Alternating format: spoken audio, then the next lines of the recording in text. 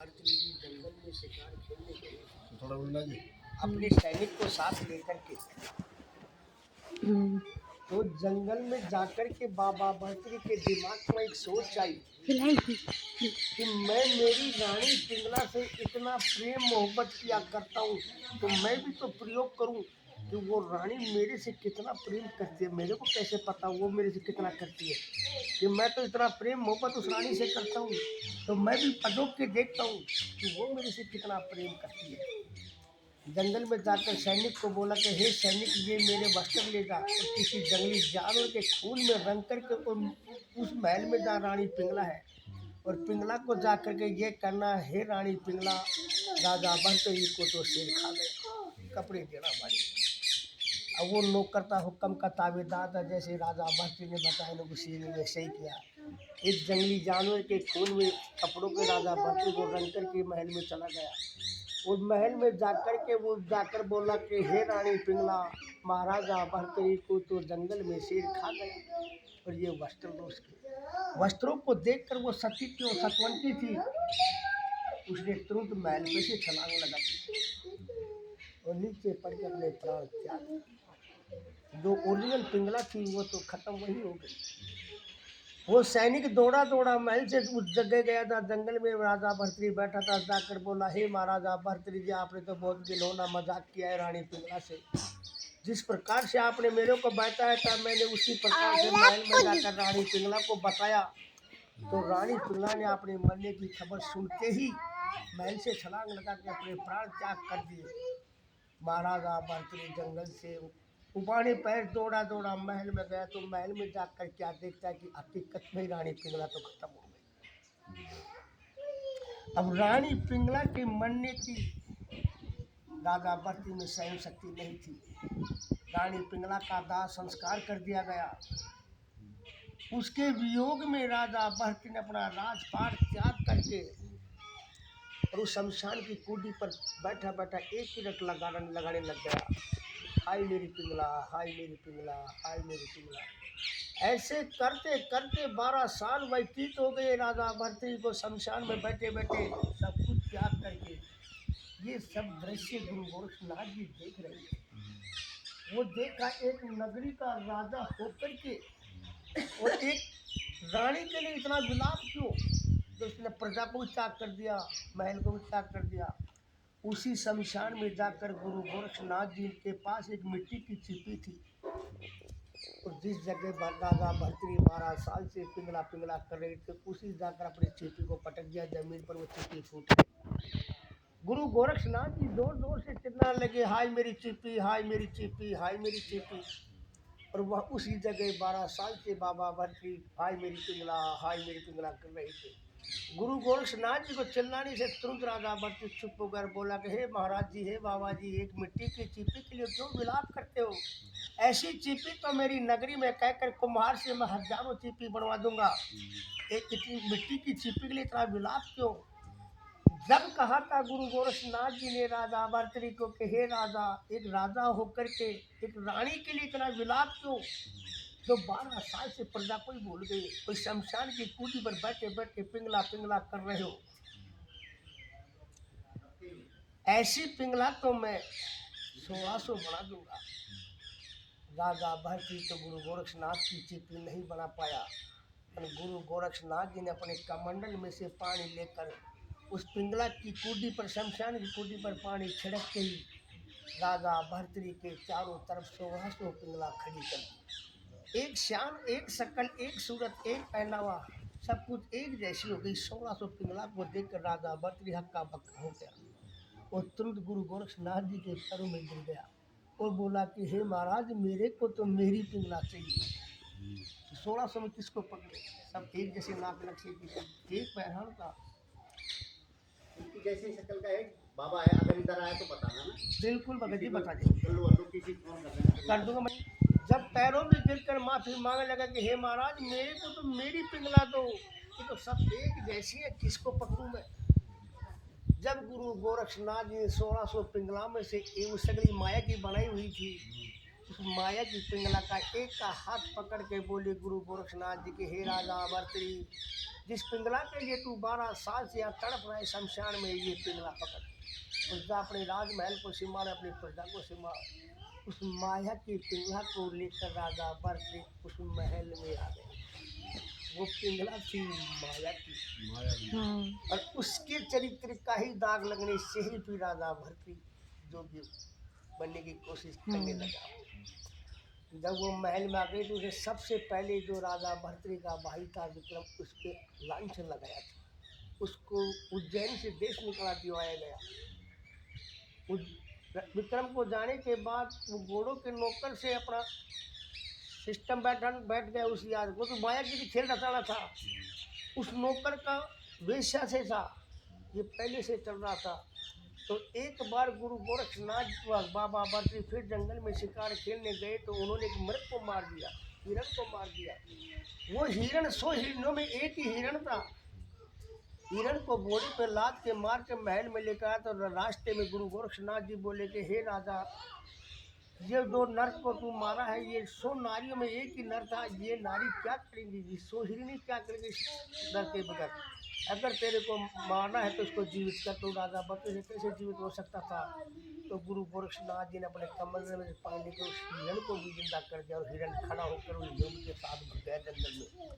ये सब कुछ दृश्य देखकर बाबा भर्तरी बोला कि ये बाबा तो बहुत महान शक्तिवान है। तो पिंगला इसने हमको दे दी, हिरण इसको जिंदा करके बेच दिया। तो उसने पैरों में पड़ करके फिर माफी मांगी थी। जब कहा था गुरु गोरखनाथ ने कि हे राजा भर्तरी, संसार में एक ही अमर फल बना है, वो हमारे पास है और वो अमर फल हम आपको देना चाहते हैं। और इसको राजा भर्तरी तेरे को ही खाना है और किसी को नहीं। इस अमर फल को खा लेना राजा भर्तरी, तेरी अमर हो जाएगी काया। जब तक ये धरती आकाश रहेंगे तब तक राजा भर्तरी तेरा नाम कलयुग में रहेगा। तो बाबा भर्तरी अमर फल को लेकर बड़े चाव से महल में आ गया। जब अमर फल को लेकर के महल तक की दूरी में उसके दिमाग में सोच आ गई राजा भर्तरी को। वो बोला, इस अमर फल को मैं क्यों खाऊं, इस अमर फल को तो मैं मेरी रानी पिंगला को खिलाऊंगा, वो हमेशा सुंदर और जवानी बनी रहेगी। महल में आकर के रात के समय में राजा भर्तरी ने रानी पिंगला को बोला कि हे रानी पिंगला, संसार में एक ही अमर फल बना है और इस अमर फल को तू खा, तू हमेशा के लिए अमर हो जाएगी। रानी पिंगला बोली कि हे महाराज, आप चिंता मत करिए, इस अमर फल को मैं आराम से खा लूंगी। उसके भी दिमाग में एक पाप पैदा हो गया रात को ही, इस अमर फल को मैं क्यों खाऊं, जो मेरा दोस्त था यशपाल घोड़ों का नौकर है, मैं उसको खिलाऊंगी, वो अमर हो जाएगा। रात के 12 बजते ही उस यशपाल के घर पहुंच गई रानी पिंगला और जाकर बोली, हे मेरे दोस्त खड़ा हो, ये तेरे लिए देख मैं क्या लेकर आऊंगी, इस अमर फल को तू खा, हमेशा हमेशा के लिए अमर हो जाएगा। वो नौकर बोला, रानी आप चली जाओ, मैं अपने आप खा लूंगा इस अमर फल को। वो भी साहब और धीरे धीरे यशपाल के दिमाग में भी गंदी सोच आई। वो सोचा कि मैं क्यों खाऊं, जो मेरी दोस्त है नगीना वेश्या है, मैं उसको दूंगा, वो अमर हो जाएगी। रात के 2 बजे वो नगीना के घर पहुंच गया। वहाँ उसकी कुंडी बजाई, बोला, हे मेरे दोस्त नगीना, खड़ी हो, मैं तेरे लिए जब क्या ले आया अमर फल। नगीना बोली, यशपाल तू यहाँ से चला जा, ये अमर फल मेरे को दे दा, मैं खा लूंगी।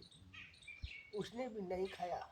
उसके भी दिमाग में एक सोच आ गई, इस अमर फल को मैं क्यों खाऊं, अगर इस अमर फल को मैं खाऊंगी तो मेरे 7 जन्म यही वेश्यावृत्ति का ही काम रहेगा।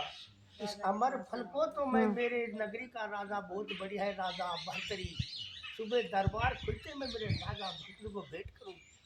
अब पता खुलता खेल कहाँ घूमेगा। सुबह बाबा भर्तरी का दरबार खुला, नगीना महल में पहुंच गई। महल में जाते दरबारी ने बोले कि महाराज, अपने नगरी की जो वेश्या है वो आपसे मिलना चाहती है। जब राजा भर्तरी बोला कि भाई सुबह सुबह क्या काम है, ठीक है बुलाओ, दरबार के अंदर बुलाओ।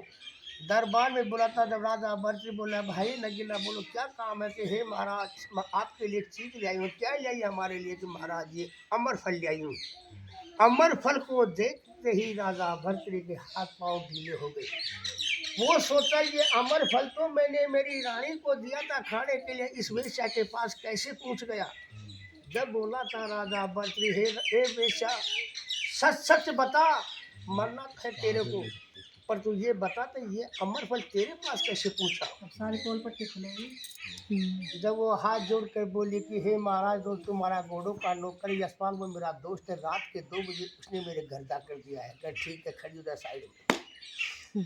दरबारियों को आदेश दिया कि यशपाल को तुरंत दरबार में हाजिर किया जाए। घोड़ों का नौकर आया। जाते राजा भर्तृ पूछा कि हे यशपाल, तू सच सच बता, तेरे पास कहाँ से आया था ये अमर फल?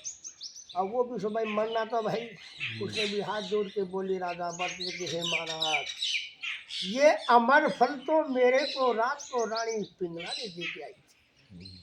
एक भी तू भी खड़ा होगा। तुरंत दरबारियों को आदेश दिया गया बाबा भर्तृ के रानी पिंगला को दरबार में हाजिर किया जाए। तुरंत रानी पिंगलाई और पिंगला से पहला प्रश्न बाबा भर्तृ एक ही पूछा था कि हे रानी पिंगला, हमें वो अमर फल तो हमने आपको कल शाम को दिया था। ऐसे हे महाराज, मैंने तो अमर फल रात को ही खा लिया। ऐसे सच सच बताए कि महाराज तुम्हारी कसम, मैंने तो वो अमर फल रात को ही खा लिया था। जब बोला था बाबा भर्तृ कि हे रानी पिंगला, अगर तूने उस अमर फल को रात को खा लिया तो ये अमर फल कहाँ से आ गया?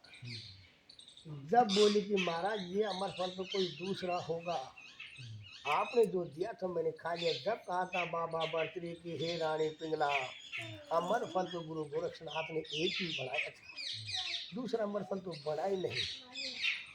ये सब दृश्य होने के बाद राजा भर्तृ तुरंत अपने भाई को, शिवपुरा नदी किनारे तपस्या कर रहा था विक्रम, उसको दरबार में बुलाया गया। उज्जैन की गद्दी का राजा बनाया गया और राजा भर्तृ उसी समय क्षण में राजमहल छोड़ करके और पैदल जाकर उस वियावान जंगल में चला गया जहाँ गुरु गोरक्षनाथ जी तपस्या कर रहे थे। और गुरु गोरक्षनाथ जी के पैरों में जाकर बोला कि हे महाराज, मैं तो आपका शिष्य बनना चाहता हूँ, मैं राजा नहीं रहूँगा। जब कहा था गुरु गोरक्षनाथ ने कि राजा भर्तृ और सोच ले, तो एक पिंगला के लिए तो 12 साल तक पिंगला पिंगला कर रहा था, आज उसी पिंगला को छोड़ करके तो सन्यासी बनना चाहता है। कैसे रह पाएगा एक महलों का राजा, एक ठाट बाट में रहने वाला, कैसे सन्यासी रहेगा? कि हे महाराज, कुछ भी हो, मैं तो आपका शिष्य बनना चाहता हूँ। जब कहा था गुरु गोरक्षनाथ ने कि हे राजा भर्तृ, ये बहुत कठिन काम है सन्यासी बनना, तो हमारी पहली परीक्षा में अगर पास हो जाएगा तो हम तेरे को चेला बना लेंगे। कि महाराज, मेरे को हर परीक्षा आपकी मंजूर है। जब कहा था गुरु गोरक्षनाथ, जिस नगरी का तू राजा हुआ करता था, उस नगरी में पैदल जाकर ये कपड़े पहन करके उसी रानी पिंगला को, जिसे तेरी रानी पिंगला थी, उसको माँ कह करके भिक्षा लेकर के हमारे पास आ जाएगा राजा भर्तृ, तो तेरे को हम शिष्य बना लेंगे। तो वही राजा भर्तृ उस पैदल जाकर साधु के कपड़े पहन अपनी रानी पिंगला को माँ कह करके भिक्षा लेकर के उस वियावान जंगल में जाकर गुरु गोरक्षनाथ जी का शिष्य ऐसे जोगी बड़ा था। और इनकी तो गाथा बहुत लंबी है महाराज की तरह। जय हो बाबा गोरखनाथ।